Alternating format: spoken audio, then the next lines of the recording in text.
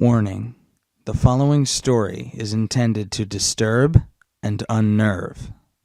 Some content may not be suitable for all viewers. Watch at your own risk. Pigtails. I love pigtails. They bring a sense of youthful innocence to those who wear them. They almost always fall into perfect symmetry, which is another thing I love. They're so beautiful, in fact, that I wonder why they're called pigtails. After all, they look nothing like the short, awkward curls on the backs of sow and swine. Beauty stands out when you live in an overly crowded city of filth. I never cared much for being herded like livestock through teeming masses of dull, mindless people. Yet, here I was, on a bustling city street which leads across a bridge. As I make my morning commute, I see her, the girl with the pigtails. She's just standing there. Countless numbers of callous pedestrians walk by and push past her, but she just stands there. I feel myself pulled, as if by some invisible rope, to walk towards her. I no longer care about getting to work on time or anything else for the rest of the day. I just want to be wherever she is.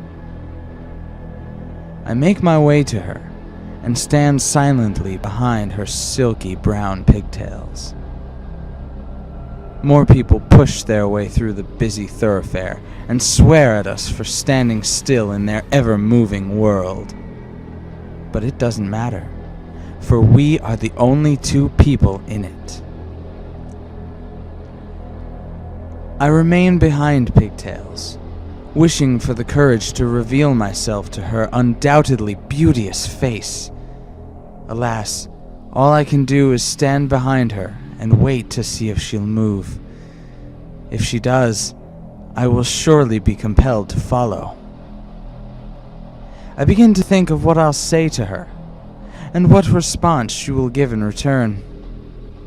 Entire conversations between us seem to go on for minutes, then hours, even days. We stand there silently, ignoring the constant noise around us. I picture her face. Eyes of sparkling sapphire sit above an adorable button nose, with rosy cheeks and ruby red lips beneath. It could only be the face of an angel on the other side of such divine pigtails. Her voice must have been just as sacred, because I only heard her speak as I stood immersed in the sweetest of daydreams. I knew her heart and soul had to be that of a poet, for no other reason than the fact that she dared to stand still while the rest of the world carelessly droned on in perpetual motion. I was prepared to wait all day for her to move, or to say something, just so that I could follow or respond and make my presence known. Unfortunately, a repulsive middle-aged man with a beer gut and sweat-stained clothing ruined our time together by accosting my beloved Pigtails.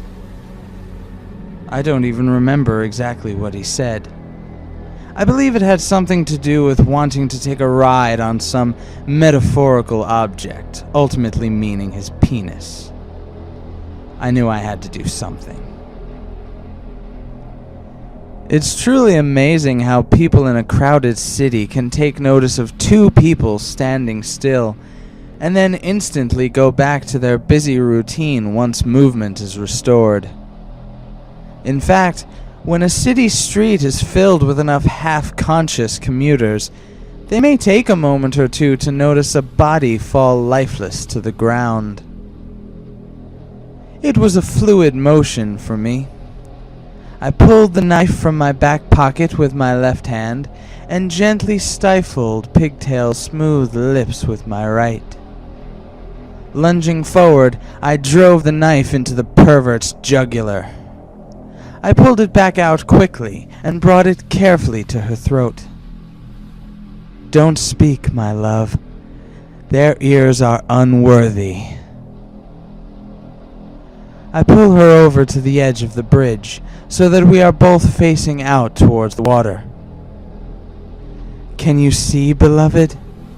The way the water flows out for miles into the horizon? But if you look straight down, it's clear enough to see your reflection. I feel her struggling in my grasp. Now, my love. Our time together is short. We shouldn't waste any of it arguing. I can hear the sirens behind us. 2 cops emerge from their patrol car and approach us. They're trying to tear us apart, darling. No need to worry. I won't let them. They approach cautiously because they see our love as a hostage situation, and they're afraid I'm going to hurt my sweet Pigtails. Little do they know, I would never do that. But I have no problem hurting them if they come between us. They approach me, trying to talk me down, but I don't much care for what they have to say. One of them gets too close, which leads me to believe he must be a rookie. He looks young enough to be one anyway. I know the only way we'll be together is if I can get rid of these interlopers. I drop the knife, just as I grab the cop's gun and fire at the other cop, hitting him in the chest.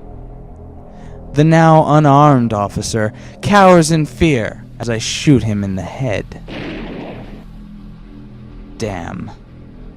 They'd have radioed for backup. More are on their way. I can't stop all of them. I bring Pigtails back over to the ledge. Goodbye, my love. We'll meet again in heaven. Or maybe in hell. Goodbye, my love. Now, fly, my love. I'll be right behind you.